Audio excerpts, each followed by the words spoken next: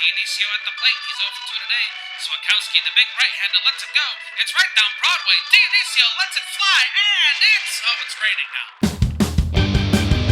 It's time for Rain Delay Theater with Jeremy Dionisio and Jack Swakowski.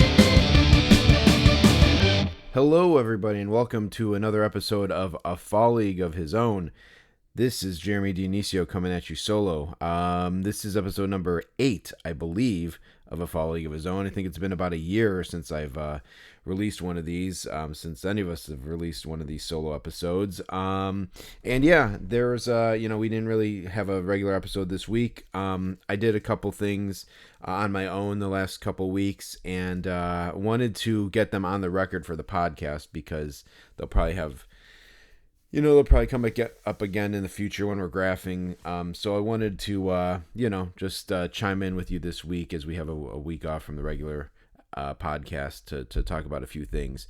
A couple weeks ago in Chicago, it was the big 2016 Cubs World Series reunion, which meant the players were out there in Chicago for the whole kind of weekend. Different festivities at Wrigley Field, some of it outside of Wrigley Field, and what that meant was they were all in town, and there were all graphing opportunities, for free. A lot of these guys have come back and for shows, and some for Cubs convention, but there's been some of those like fringe guys who, like, if you're a diehard fan like myself, you want to add to your collection. So there was a chance at some of these guys for the first time in our graphing careers. So it was kind of a big deal to try to get these guys. The first event that happened was the Lovable podcast reunion show, I guess. I'm not sure what it was called. It was at the Chicago Theater, and Ross and Rizzo were hosting that, and they had a bunch of guys as guests, and there were advertised guys like Lester and Arrieta, and I think Hendricks was advertised. He wasn't there for that day, but there were some advertised guys, Madden, and but it seemed like there was going to be other guys. If there was other guys in town, which there were for the Saturday event at Wrigley, the sanctioned event, they were probably going to be at the podcast as well. So I had a friend. My plan was to graph it the whole time and to do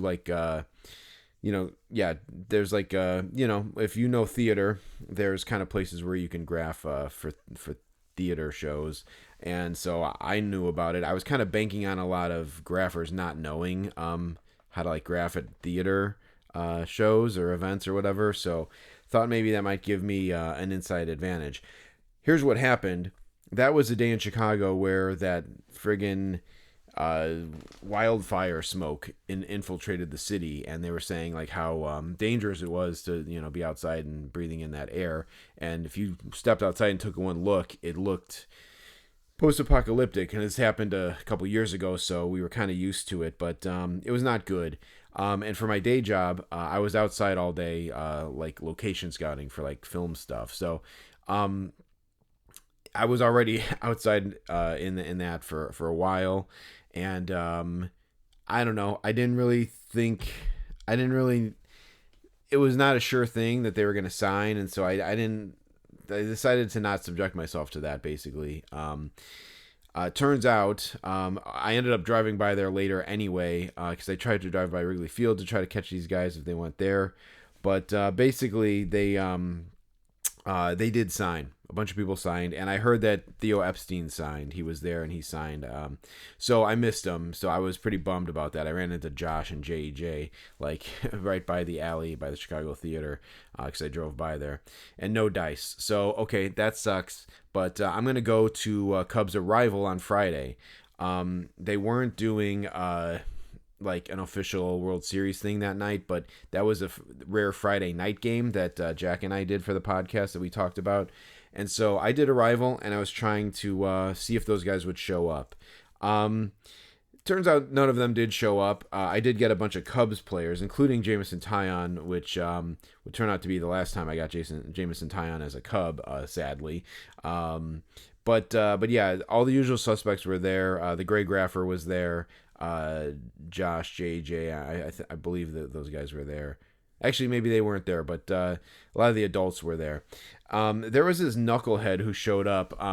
He was just some like goofball, and he just like wandered around, and he got I think it was Caleb Thielbar he signed, and he got him on like some magazine. I actually thought it was a Cubs magazine. Turns out it was just like a Wrigleyville magazine or something, and he was just having him sign a random page. This guy was a complete knucklehead, and he like after he got the autograph, he kind of stumbled into the he kind of like wandered over into the firehouse, which is kind of open to the public a little bit, oddly enough. And I'm like, and this guy was a knucklehead, and so I heard him he got Caleb Thielbar, he walked away, and then I heard him say like, "Who's that?" after he got his autograph, and I could hear him like from a distance away, and I was near Caleb Thielbar, so I'm sure Caleb Thielbar heard that, which is just the faux pas of graphing. So this knucklehead just is like, "Who's that?" So he went and got this guy's autograph, doesn't know who he is, and just says it out loud. So I was like, what a nincompoop.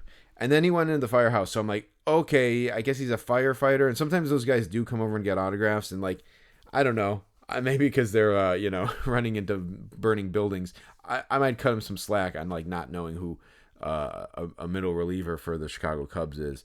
But then it became very apparent that he wasn't a firefighter at all. He was just some guy who wandered into the firehouse, and he came back out and was talking to us, and he sounded like a friggin' space case, and it was annoying talking to him. And honestly, I was looking at some of the other guys, and I was kind of like making faces at them, and like I was kind of trying to like, I actually kind of like got out of the way and like kind of put the Greg Graffer in a position to talk to this guy. If this was like Jack and I would have earned a point for the over under on like most freaks talk to, because this guy was definitely a freak. He was just saying just ridiculous stuff I can't even get into. He got into it with one guy about like the World Cup controversy with I don't know. I really don't know any World Cup stuff. Forgive me, but some player got like maybe like banned and then they let him back in. This guy, one of the regular graphers guys, got into it with him, and this guy was just a complete knucklehead. And he got into it with Greg Graffer, and he said something about like, adults getting autographs, and he's like, "Well, this is for my 12-year-old son or something," and he's like, "It's not for me, it's for my 12-year-old son," and the Greg Graffer goes, "Yeah, sure it is, buddy," or something. And so then whenever guys would come up to sign after that, this guy would run up to him and he'd be like, "Hey, hey, Jameson Tyon, could you sign? This is for my 12-year-old son. He's not here right now, but I'm going to give it to him." And it's like, dude, you're making it worse. And I don't know. The guy was just he what did he say to me? He goes like, he asked about Caleb Thielbar, and he said like, "Hey, so was Caleb Thielbar, did he end up getting activated and being on the active roster in the first half after he went on the IL?" And I'm like, what? In my head, I was like, what? And I'm just like, he's healthy. Because I thought he was just asking if he was like back healthy. And the guy goes like, "No, you didn't answer my question. I said, did he get activated, and is he healthy, and is he off the IL, and did he pitch in the first half after he went on the IL?" And I'm like, I wanted to be like, dude, look at the game log, man. I knew what he was asking, but I didn't know why it mattered, the way he asked it. It was just super annoying. And so, like, whatever. That went on for a while. Greg Graffer and I, like, kind of, like, gave a look to each other, and we kind of laughed about this guy. And then he said to me at one point, he's like, "Hey, he's like," he kept, like, kind of muttering to himself, like, out loud, like, it seemed like he was like talking to the group, but he was definitely talking to himself. And he's like, "Oh yeah, what time is it right now? 2:00?" He's like, "Okay, well I got to get over to Nuts on Clark, but by 2:30 they're releasing this new flavor, a bourbon flavor." And then he like looked at me. He's like, "I know you can't partake in that, but I gotta go. I gotta get over there by that time to check it out." And I was just like, that right there was a microcosm of who this guy was. Just a complete knucklehead goofball. I don't know what his deal was. Anyway, so that's the end of story with that. I ended up having to run some errands, and then I made my way back to the park, and I ended up sitting with the Greg Graffer for a while pregame, and I think that's where the story picks up. on the last episode that we put out about the Twins game. Okay, so that was Friday then. Saturday was this big Gateway Arch dedication ceremony for the 2016 World Series champion team. They put in this like big like archway in Gallagher Way. And it's cool. It's a little basic, but it kind of like commemorates the World Series winning teams of like 07, 08, and then 2016.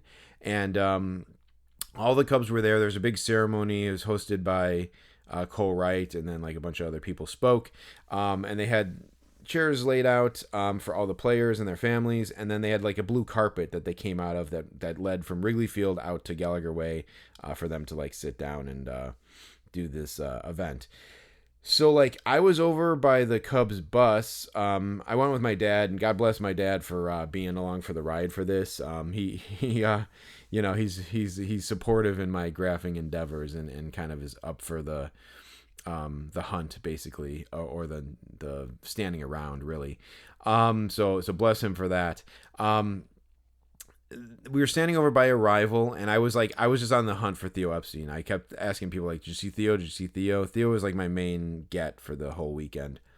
So I wanted to kind of watch the ceremony, but I kind of wanted to hang back in case these guys showed up. But once the ceremony started, I knew I had to kind of get over there. So I got over there towards the back, kind of closer to Wrigley Field. I could see the stage okay, and you can hear it, and it was on the big screen in Gallagher Way. So that was fine.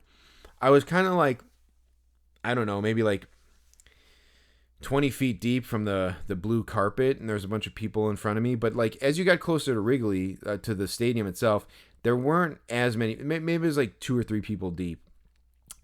And so I was kind of hanging out over there, and I'm like, this is definitely like a prime spot. And you know the blue carpet for Cubs convention. So I'm like, this is a good spot. Let me just kind of hang out here. The ceremony eventually ended, and then of course once it ended, people kind of dispersed, and whatever they did. And I was able to get pretty much like up to the fence on the blue carpet and near Wrigley, and like again near the stadium, and like that's where all the guys were going to probably come in to go back inside to watch the game or do whatever they were going to do. So I was like in a good spot, and for all the graphers that were over by the Cubs parking lot at Arrival, I don't know where they went after the ceremony started, but they didn't have the foresight to go where I went. So I was in a good spot. And there was one other like grapher guy there who was like definitely from out of town, and he was there the whole weekend, and he was wearing Meta glasses. And if you look on his on social media, he's got a lot of videos out there. He was posting, as he was getting them over the weekend. So anyway, the ceremony ends, and guys start coming back in, and they start coming down the blue carpet back into the stadium. And at first, I was kind of like hesitant to call guys. Like I wasn't sure like if I could call guys or if they were gonna like yell at me or whatever. And so some guys went by, but I think the first guy, like the 2 guys who I wanted the most were Theo Epstein and Eric Hinsky, honestly. And Hinsky comes by, and I call for him, and I'm like Eric, you got time to sign? And he's like, yeah, sure. And he comes over and he signs for me. So that was awesome right there. That would have made me totally happy if I ended up with just him. But more guys started coming, and I brought all my 2016 cards like that I brought to Cubs convention when there was a reunion there, and just brought all these guys. So the next guy who came back was Lester Strode, and I had a custom that I made of him for Cubs convention, and I got that signed. Called him over, and he liked that card. It's kind of a funny card. It's like him dressed up for some road trip, and he's wearing like some kind of like 70s suit, and he liked it. He signed that. That was pretty cool. So like there you go right there. It's like Lester Strode. Like where else would I have gotten him? Like I would have never had a chance to get him.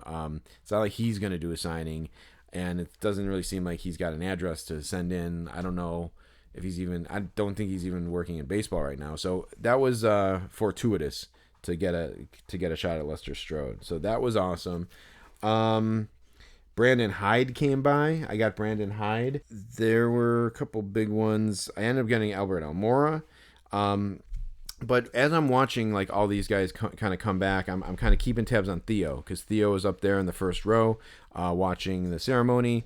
He was talking to reporters. There was like kind of like this like press pit like set up like kind of right by there. So he was talking to reporters, and I was keeping tabs on him while all these other guys were coming back. I guess the next guy, at some point, Tommy LaStella came by. I called for him and he signed for me. That was a big one. I've never gotten LaStella before, so I needed him for the list. This next thing that happened was crazy, and I'll just say it right now. John Lackey walks by me, and for a long time, John Lackey was kind of like one of the biggest guys that no one could get on any World Series stuff. He just, I'd run into people and they'd be like, yeah, he like lives up in the mountains and like he never comes down, and when he does, he barely ever comes down, and he won't sign for anybody. So it was like this like myth of the legend of John Lackey signing like World Series stuff.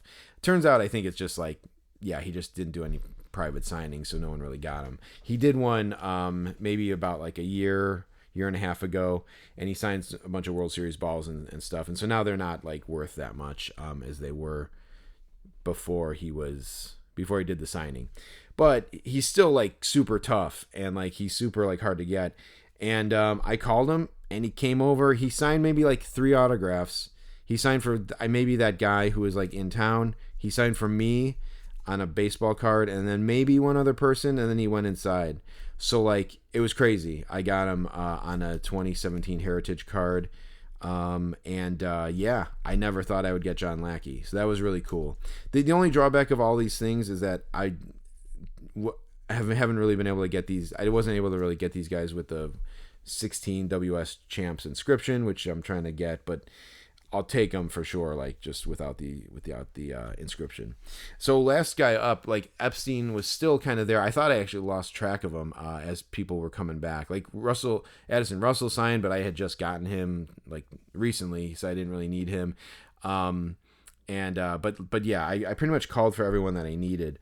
Theo comes back, and I call for him, and I didn't realize this, but there was like 2 like little kids next to me, and he goes like, oh, I'm gonna get the kids, and he kind of went right by me and he signed for these kids, and I was like, man, okay, that's fine. But he signed for these kids, and it seemed like it was taking forever, and I was kind of worried that he was just gonna like run back inside, because he looked kind of like he was in a hurry. And I kind of like jumped the gun a little bit, and like he kind of paused for a second. I'm like, Theo over here. And then he did sign for me. And then it turns out he stayed and he signed for like everyone who wanted him. So like he signed for everyone on my side of the blue carpet. He went across the other side and signed for all those people. So he was there for a while. I didn't have to spaz out like I did, but he was my top target. So I ended up getting him, and it was awesome. So yeah, that was a amazing thing. I ended up hugging my dad afterwards. It's like I said, thank you for like, like bearing with me there. And it's funny because I still ended up making like the gates when they opened. So it was a kind of a chaotic morning, but it was all wrapped up and done by the time the gates opened. I think at like 11:20. I think it started at 10. So it felt like I was just gonna miss gates, and I'm just gonna punt on that. It turns out that it started raining before the game, so like there were a couple guys out throwing, but they said we'll get you afterwards. But then they like evacuated the bowl, and I couldn't graph the Twins, which was fine. But like the haul from pregame for me is monumental. There was a bunch of kids trying to get like Lester. I actually waited around for Arrieta, and like he did all this press beforehand, so I didn't get him. So he's the only big guy that I didn't get from the weekend. Turns out that Metaglass's guy ended up getting him Sunday morning, and I just wasn't thinking that they'd be around Sunday morning. I figured these guys were all like boozing real hard, and would maybe not be around early Sunday. So didn't get Arrieta, but he's a guy who will probably do a signing at some point. I know he doesn't do a lot, but I'm sure at some point in our lifetimes he will probably do a signing, and I'll just get him then. And maybe he'll be back at Wrigley. He seems like apparently he's a good signer. So yeah. But but yeah, the haul was just monumental for me. Like I said, there were like JEJ and those guys were trying to get Lester and Rizzo, and it's like I already got those guys, so whatever with on that. But like Hinsky, Lester Strode, those are two guys you're just never really gonna get a crack at. Theo is a guy who like you can't get a crack at. Maybe he's gonna become the MLB commissioner, but even still, it's not like those guys like come to each stadium every year or something. So there's that. Listella, I think he might have done a signing in my time. I'm not sure, but these guys are hard to find. So anyway, that was very cool. And then Lackey was just insane. I just couldn't believe it. Like that was just an insane like capper, even though he wasn't the last guy I got, but like to get those guys was just monumental for me, like I said. I did catch Mike Montgomery after the game, and I got him to sign as well, so that was cool. I've gotten him just at this last Cubs convention, but it's never hurts to add on. So that was that. The last thing, and then I ended up not getting anyone Sunday because I just didn't see anybody. But yeah, so that was that. The last thing I'll share is last week I went to the Cubs Tigers game, I believe last Tuesday. What day would that have been? That would have been July 21st, Tuesday game against the Tigers, and it was a blowout game. I tried to wait around a little bit for some Cubs guys, some Tigers guys, but there was not much going on. I ended up I was kind of standing over by like the hotel entrance, like on Clark Street. I was trying to get Justin Dean, but a guy walks by me, like kind of like in a group of like 3 or 4 people, and he's just wearing like a baseball hat and glasses. He has some like patchy beard or something, and he walks by, and I look at him, and I'm like, oh, that's Jim Belushi. So that was interesting. I was like, that's Jim Belushi. And I'm like, should I try to get his autograph? And I think I took but it took me a second to kind of realize what was going on. And I'm like, I should maybe get his autograph. But we're standing on Clark Street, and it's like the busiest, like stretch right by Wrigley. So it's not the most ideal place. I kind of would feel a little bad like asking him for an autograph there.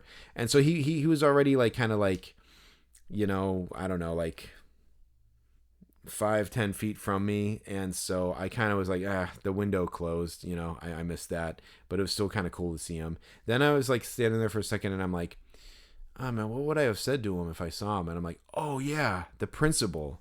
I don't know if you guys know the movie The Principal, but it's an 80s movie, 80s like action movie, where he comes in to become like the principal of this like very hard-nosed, crime-ridden, like dirty school. I was looking at the trailer, and I'm not sure how much it's aged well. I feel like there might be some insensitive racial stereotypes in there, and some profiling, but some like typecasting.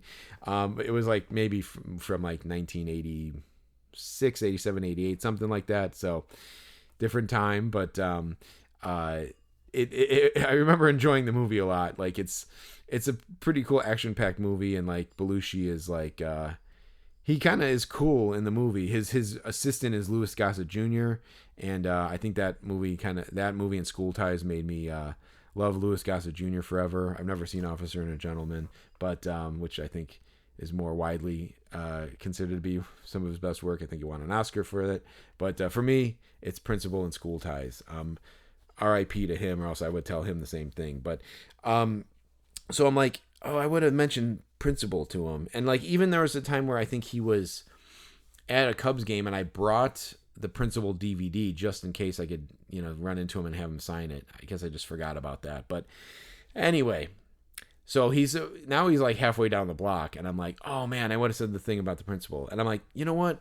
I'm going to run up there and say something to him. So I kind of like run back up to him, and I try to, then I like get up to him and I slow down and I try to be as discreet as possible. And I'm like right next to him, and there's like another guy with him, and I just go like, I kind of like cup my hand the same way Jack did when he was trying to get Taylor Rogers.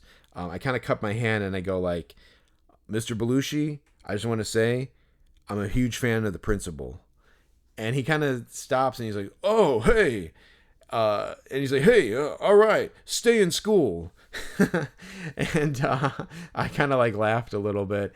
And as I'm doing his impression, I never realized how much Jim Belushi sounds like Rodney Dangerfield, but maybe when he's in this kind of situation, he's leaning into that more or something. But he was just like, yeah, he was just like that. It was like a quick reaction too. It was very funny. He's like, "Hey, all right, well, stay in school." And I'm like, "Yeah, thank you," and or something. I'm like, "Yeah," I'm just like, "Yeah, great film, great film." And he's like, "Hey, all right, well, hey, thanks for that." And then he just kind of kept walking. And that was it. And it was very brief and and weird. And like, I don't even think we like. I was never really in front of him. I was only kind of like next to him, and I feel like he kind of only like spoke out of the corner of his eye at me. And so like, yes, would I have liked to have gotten his autograph? Yeah, sure. I would have got him on like a Cubs team card because I did not have the principal DVD on me, but it was pretty cool. And like, I think I went through this phase where I wasn't getting autographs. Like, I think we've kind of talked about this on the podcast. Like I would get autographs as a kid. And then at some point I was like, I feel like when I got into music, like I feel like I heard like Kurt Cobain say like, "I don't know why anyone would want someone's autograph," and I was like, "Yeah, right." But I think deep down I was like, "No, I do want his autograph." So like I wouldn't get autographs. I would just like kind of meet people and just like have like an interaction with them, which there's something to be said for that. That might be cooler than an autograph. Like it's more personal. Sometimes you get an autograph of a guy and then you just say, "Can I have your autograph?" He signs it and then he goes on. You say thanks and that's it.